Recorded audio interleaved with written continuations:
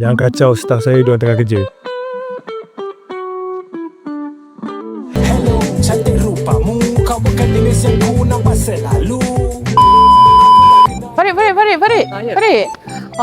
Boleh tak wakilkan Yawaz terjah Dun Lembah Jaya, interview YB Syed Ahmad pasal program-program bawah Yawaz. Boleh. Okey kan? Menarik. YB Syed Ahmad orang kenal. So better kalau kita ada satu slot dengan YB. Okay. Okay, thank you. Okay. YB. Ya, saya. Kita jumpa sekejap. Boleh. Okey. Assalamualaikum YB. Waalaikumsalam. Okey, saya Farid pada Yawaz. Okey YB, boleh tak YB kenalkan diri YB? Baik, nama saya Syed Ahmad bin Abdul Rahman. Saya merupakan wakil rakyat kepada Dewan Negeri Selangor untuk orang-orang yang tinggal di Dun Lembah Jaya. Ya, lebih baik kita bincang kat dalam. Selesa sikit. Okey YB, silakan. Okey, baik. Selamat datang ke Pusat Khidmat Rakyat atau Pusat Khidmat Masyarakat Dun Lembah Jaya. Jangan kacau staff saya, diorang tengah kerja. Okey, so inilah YB punya pusat khidmat Dun. Ya, saya. Okey, alright.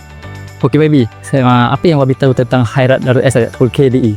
Okey, Khairat Darul Ihsan ini adalah satu inisiatif Kerajaan Negeri Selangor yang dirangka untuk memudah carakan sedikit pengurusan jenazah atau urusan keluarga sekiranya seseorang individu itu meninggal dunia. Dan dia terbuka kepada orang 50 tahun ke atas. Orang OKU pun ada juga, dan dia memberi bantuan tunai sebanyak RM1,000 lah. So di mana mereka boleh tuntut ataupun buat pendaftaran tu? Pendaftaran tu dekat portal Yawaz lah. Secara online. Yes. Okey, faham. Okey, alright. Okay, jom kita bincang kat dalam. Okey, baik. Jom YB, silakan. Okey YB, sekarang ni tengah ada satu program iaitu program tabung warisan anak Selangor, TAWAS. So sekarang ni mereka kena tuntut. So macam mana YB tahu tentang yang tu? TAWAS ini merupakan macam awak cakap lah, tabung anak warisan Selangor, dan dia diingatkan oleh Datuk Menteri Besar kita lah. Dia kata pastikanlah yang siapa ahli dekat dalam Lembah Jaya ni tuntut, sebab dia bukannya masuk secara automatik. Kita ada inisiatif yang automatik masuk. TAWAS ni bukan, dan ni memang khas untuk anak kelahiran Selangor macam saya. Cuma masa saya lahir tu tak ada TAWAS ni kan. Jadi saya rasa dia kena dimanfaatkan dengan sebaiknya lah, sebab dia RM1,500. Betul. Untuk ahli-ahli, lagi-lagi yang dah 18 tahun ke atas ni. Jadi kalau tuntut dapat, kalau tak tuntut rugi. Betul. So, memang kriteria dia genap 18 tahun kena tuntut. Kena tuntut. Cara tuntut macam mana YB? Cara tuntut dia? Tuntutnya seperti biasa di portal TAWAS lah. TAWAS, betul. Okey, alright. Okey YB, tadi kita cerita pasal yang umur 18 tahun. Sekarang ni untuk kanak-kanak ada ke? Kanak-kanak? Ada. Untuk anak-anak kelahiran Selangor atau tinggal di Selangor, kita ada tunas. Tunas ni tadika lah. Betul. Tadika, dan dia subsidi RM50 sebulan.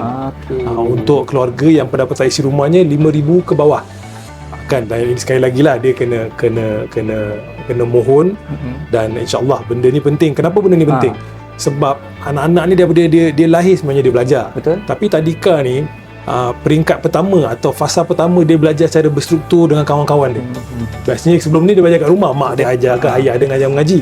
Ini pertama. Jadi ini langkah pertama ke alam persekolahan. Kalau mereka dapat sesuaikan diri dan ia merupakan satu pengalaman yang positif untuk diorang lagi minat untuk belajar. Itu yang wujudnya tunas tu untuk membantu. Betul. Baik. Okey YB. YB boleh terangkan tentang cara-cara mereka nak tutup bagi skim mesra usia emas. Okey, skim mesra usia emas ni sebenarnya antara yang paling popular dekat Lembah Jaya. Kan, dan disebabkan dia sangat popular, dia ramai orang datang tuntut. Betul. Kita pecahkan kepada quarterly. Quarterly ni ialah setiap 3 bulan. Okey. Jadi setahun tu kita bagi 4. Jadi jika awak di suku pertama, bermula suku pertama awak datang ambil voucher awak.